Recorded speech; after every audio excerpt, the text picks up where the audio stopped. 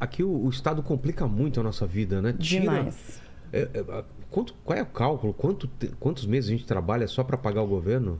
Quase 6 meses, né? Dá 5 meses e uns quebradinhos. Isso não é um absurdo? Não é um absurdo. Assim em todo lugar. É um absurdo. E aí você vê como falta muito... 6 meses? Quase 6, é uns 5 meses então, e pouco. Tudo bem, que seja 5. Imagina, Lene, 5 meses a gente tá trabalhando só para pagar o governo. Depois a gente começa a ganhar, cara. Você vê que coisa, cara. Ele devolve e além de tudo, gente, você não recebe de volta, né? Não devolve pra gente nada, quase, né? Isso é importante porque a gente tá falando sobre informação, né? Então, uma coisa básica que poucas pessoas fazem, que é conta de matemática simples. Então, quando o Elon Musk comprou, ele disse que ia comprar o Twitter, agora parece que desistiu, porque tá com muito bots, enfim. Mas era um deal de 44 bilhões de dólares. E aí a internet entrou em polvorosa, porque, meu Deus, ele poderia acabar com a fome do mundo 6 vezes. Inventaram esse número, não sei de onde saiu tiraram esse do furico, né? Vamos falar a verdade, e saíram falando como se fosse verdade.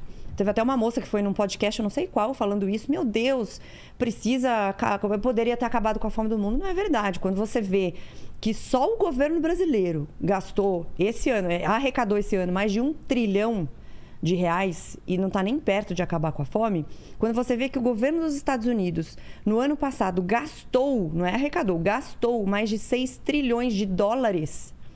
Como que você acha que 44 bilhões, é só fazer uma continha, vai acabar com a fome? Ele até falou, me fala como eu acabo com a fome. Que eu vou lá e eu resolvo. Eu vou lá e resolvo. Exatamente.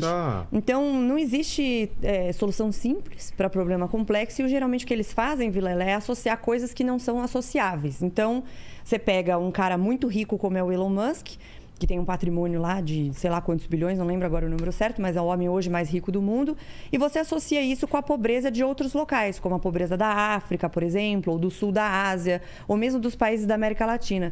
Mas não são coisas que estão ligadas. Ele não está mais rico porque esses países estão mais pobres. Na realidade, o que faz esses países pobres é essa baixa liberdade econômica, a falta dessas pessoas conseguirem ascender, um governo muito grande, muita corrupção. Inflação. Um problema grave de economia agora na pandemia, todo mundo está sofrendo com inflação e esses países mais ainda.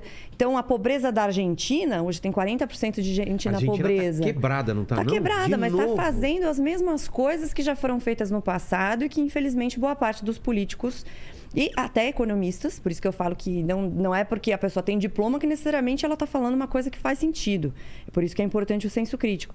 E essas pessoas apoiam. Então, no começo da pandemia, quantos artistas falaram: ai, que bom ter um presidente na Argentina, como ele está fazendo coisa boa lá. E as coisas que ele fez, que já foram testadas no passado, tanto na Argentina quanto no Brasil, já deram errado. Então, você não precisa fazer de novo, achando que você vai ter resultados. Que eles estão Congelamento fazendo? de preços foi feito. Aqui a gente já fez e foi um desastre, né? Quantos anos você tinha, mais ou menos? Deixa eu revelar a idade do Vilela aqui. Quantos anos você tinha lá no Sarney? Não vou lembrar, mas eu lembro muito bem. Você lembra dessa época? Fiscal do Sarney, né? No congelamento de preço. Lembra dos fiscais do mercado? Do Sarney, faltou carne, faltava ovo, faltava um monte de coisa. Por quê? Quando tabelava, eu falo, tá bom, então não vou vender, não vale a pena pra mim. Então, isso é um raciocínio lógico básico que você fez agora. Você não precisa ser economista, você simplesmente pensa na economia como um jogo de xadrez. Exato. Você movimentou uma peça. Pra você? Quer que não, tá maravilhoso. Tá bom? Eu sou calorenta no geral. Então tá bom. E você movimenta uma peça e vai ter várias consequências a partir dela. Então, essa solução simples, se tá caro, então a gente congela o preço. O que isso gera de incentivo para quem produz? É um incentivo oposto do que você quer. E aconteceu uma situação aqui na pandemia, que foi o preço do álcool em gel. Não sei se você lembra que subiu pra caramba. Exato. E aí, qual que era a solução que o pessoal queria? Que congelasse o preço, porque era um momento delicado, um momento difícil. Poxa, que absurdo, os preços estão subindo. E tinha gente se aproveitando mesmo, né? Comprando coisa pra caramba. Sempre existe, só que aquela coisa, o mercado ele se regula quando existe de fato um mercado livre. Quando não é um mercado livre, quando não existe isso, quando tem oligopólios, aí é uma outra situação. Mas quando existe um mercado, pelo menos relativamente livre, o maior possível, o mais possível, você consegue fazer essa autorregulação. E isso aconteceu com o álcool gel aqui. Então, houve uma subida grande da demanda, muito rápido, por causa da pandemia. Certo. O preço subiu, porque tem menos gente produzindo, tem muita procura. Mas aí, o que aconteceu? Os empresários, as pessoas que olham isso, os empresários, na realidade, eles servem para fazer essas decisões e tomada de risco em determinadas coisas. Ele olhou e falou, esse mercado é um mercado lucrativo, vou investir nisso aqui. começaram a produzir o álcool em gel também. Esse aumento de oferta trouxe o preço mais para baixo. E não demorou muito.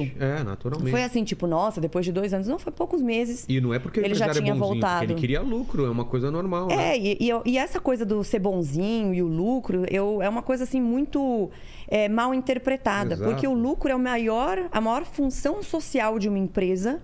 É o lucro, porque sem o lucro você não consegue aumentar a tua folha, você não consegue ter uma empresa saudável, investir em tecnologia, em inovação.